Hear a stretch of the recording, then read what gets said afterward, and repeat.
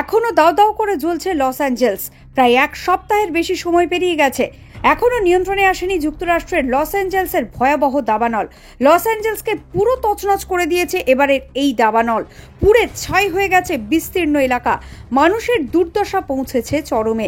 একদিকে পর্যাপ্ত জলের অভাব, আবার অন্যদিকে মরার উপর খাড়ার খায়ের মতো ঝোড়ো হাওয়া, সব মিলিয়ে পরিস্থিতি একদম হাতের বাইরে।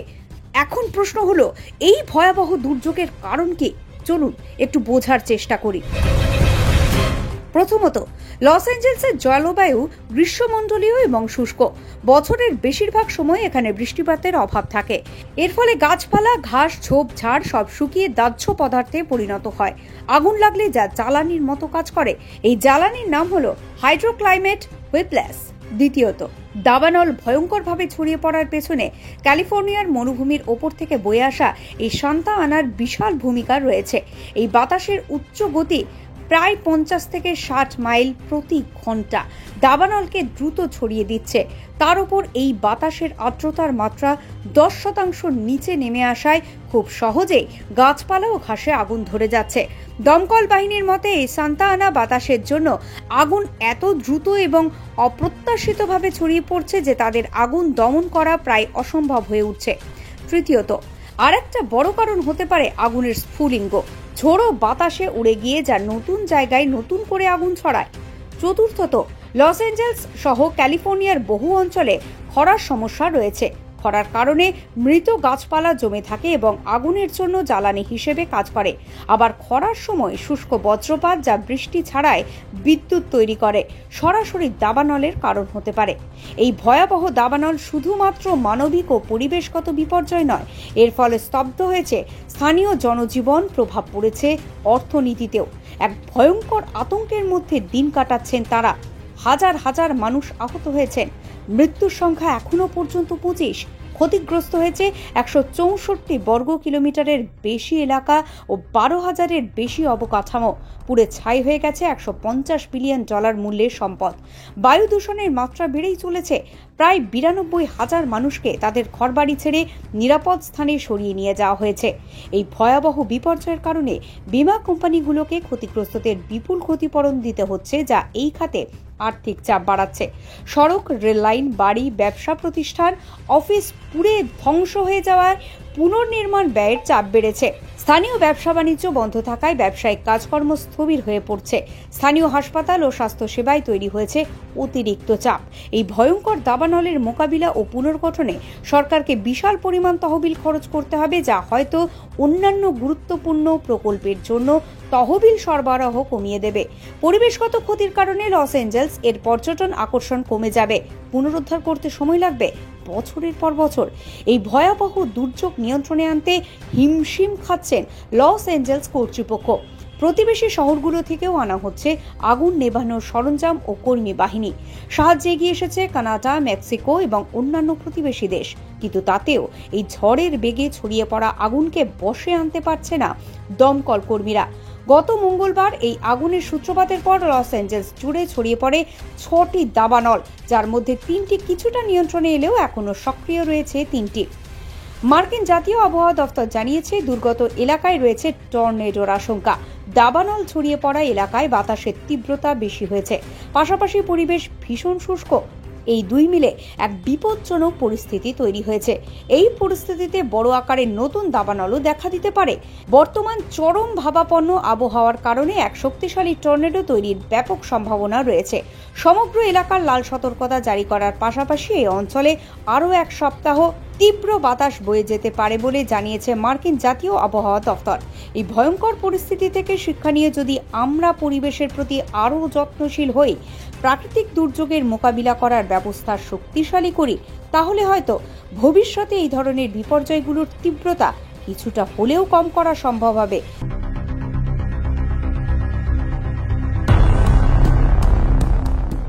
এখনো দাও দাও করে জ্বলছে লস অ্যাঞ্জেলস। প্রায় এক সপ্তাহের বেশি সময় পেরিয়ে গেছে, এখনো নিয়ন্ত্রণে আসেনি যুক্তরাষ্ট্রের লস অ্যাঞ্জেলসের ভয়াবহ দাবানল। লস অ্যাঞ্জেলসকে পুরো তছনছ করে দিয়েছে এবারের এই দাবানল। পুড়ে ছাই হয়ে গেছে বিস্তীর্ণ এলাকা। মানুষের দুর্দশা পৌঁছেছে চরমে।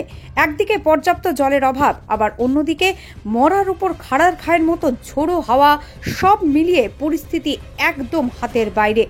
এখন প্রশ্ন হলো, এই ভয়াবহ দুর্যোগের কারণ কি? চলুন একটু বোঝার চেষ্টা করি। প্রথমত, লস অ্যাঞ্জেলসের জলবায়ু গ্রীষ্মমণ্ডলীয় এবং শুষ্ক। বছরের বেশিরভাগ সময় এখানে বৃষ্টিপাতের অভাব থাকে। এর ফলে গাছপালা, ঘাস, ঝোপঝাড় সব শুকিয়ে দাহ্য পদার্থে পরিণত হয়। আগুন লাগলে যা জ্বালানির মতো কাজ করে, এই জ্বালানির নাম হলো হাইড্রোক্লাইমেট হুইপ্ল্যাশ। দ্বিতীয়ত, দাবানল ভয়ঙ্করভাবে ছড়িয়ে পড়ার পেছনে ক্যালিফোর্নিয়ার মরুভূমির ওপর থেকে বয়ে আসা এই সান্তা আনার বিশাল ভূমিকা রয়েছে। এই বাতাসের উচ্চ গতি প্রায় 50 থেকে 60 মাইল প্রতি ঘন্টা দাবানলকে দ্রুত ছড়িয়ে দিচ্ছে। তার উপর এই বাতাসের আর্দ্রতার মাত্রা 10% নিচে নেমে আসায় খুব সহজেই গাছপালা ও ঘাসে আগুন ধরে যাচ্ছে। দমকল বাহিনীর মতে এই সান্তা আনা বাতাসের জন্য আগুন এত দ্রুত এবং অপ্রত্যাশিতভাবে ছড়িয়ে পড়ছে যে তাদের আগুন দমন করা প্রায় অসম্ভব হয়ে উঠছে। তৃতীয়ত, আরেকটা বড় কারণ হতে পারে আগুনের স্ফুলিঙ্গ। ঝোড়ো বাতাসে উড়ে গিয়ে যা নতুন জায়গায় নতুন করে আগুন ছড়ায়। চতুর্থত, লস অ্যাঞ্জেলস সহ ক্যালিফোর্নিয়ার বহু অঞ্চলে খরার সমস্যা রয়েছে। খরার কারণে মৃত গাছপালা জমে থাকে এবং আগুনের জন্য জ্বালানি হিসেবে কাজ করে। আবার খরার সময় শুষ্ক বজ্রপাত, যা বৃষ্টি ছাড়াই বিদ্যুৎ তৈরি করে, সরাসরি দাবানলের কারণ হতে পারে। এই ভয়াবহ দাবানল শুধুমাত্র মানবিক ও পরিবেশগত বিপর্যয় নয়, এর ফলে স্তব্ধ হয়েছে স্থানীয় জনজীবন, প্রভাব পড়েছে অর্থনীতিতেও। এক ভয়ঙ্কর আতঙ্কের মধ্যে দিন কাটাচ্ছেন তারা। হাজার হাজার মানুষ আহত হয়েছেন। মৃত্যুর সংখ্যা এখনো পর্যন্ত 25। ক্ষতিগ্রস্ত হয়েছে 164 বর্গ কিলোমিটারের বেশি এলাকা ও 12,000-এর বেশি অবকাঠামো। পুড়ে ছাই হয়ে গেছে $150 বিলিয়ন মূল্যের সম্পদ। বায়ু দূষণের মাত্রা বেড়েই চলেছে। প্রায় 92,000 মানুষকে তাদের ঘরবাড়ি ছেড়ে নিরাপদ স্থানে সরিয়ে নিয়ে যাওয়া হয়েছে। এই ভয়াবহ বিপর্যয়ের কারণে বীমা কোম্পানিগুলোকে ক্ষতিগ্রস্তদের বিপুল ক্ষতিপূরণ দিতে হচ্ছে, যা এই খাতে আর্থিক চাপ বাড়াচ্ছে।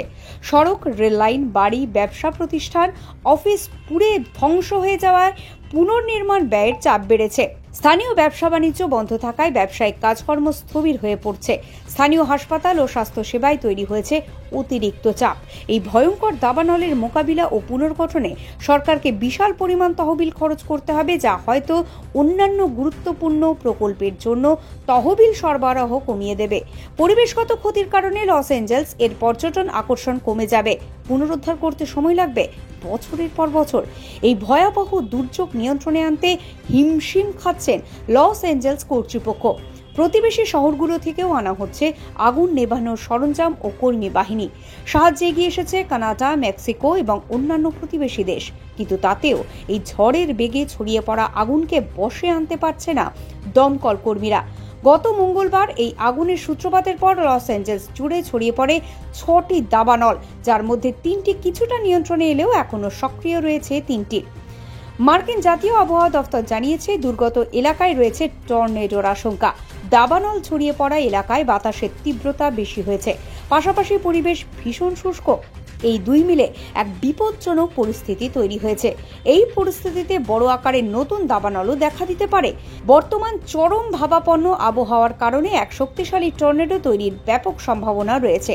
সমগ্র এলাকার লাল সতর্কতা জারি করার পাশাপাশি এই অঞ্চলে আরও এক সপ্তাহ তীব্র বাতাস বয়ে যেতে পারে বলে জানিয়েছে মার্কিন জাতীয় আবহাওয়া দফতর। এই ভয়ঙ্কর পরিস্থিতি থেকে শিক্ষা নিয়ে যদি আমরা পরিবেশের প্রতি আরও যত্নশীল হই, প্রাকৃতিক দুর্যোগের মোকাবিলা করার ব্যবস্থা শক্তিশালী করি, তাহলে হয়তো ভবিষ্যতে এই ধরনের বিপর্যয়গুলোর তীব্রতা কিছুটা হলেও কম করা সম্ভব হবে। আর তার সঙ্গে প্রয়োজন সকলের মিলিত সাহায্য। আর তাহলেই হয়তো ভবিষ্যতে এক নিরাপদ ও সুরক্ষিত পৃথিবী গড়ে উঠবে। বিজনেস প্রাইম নিউজ, জীবন হোক অর্থবহ।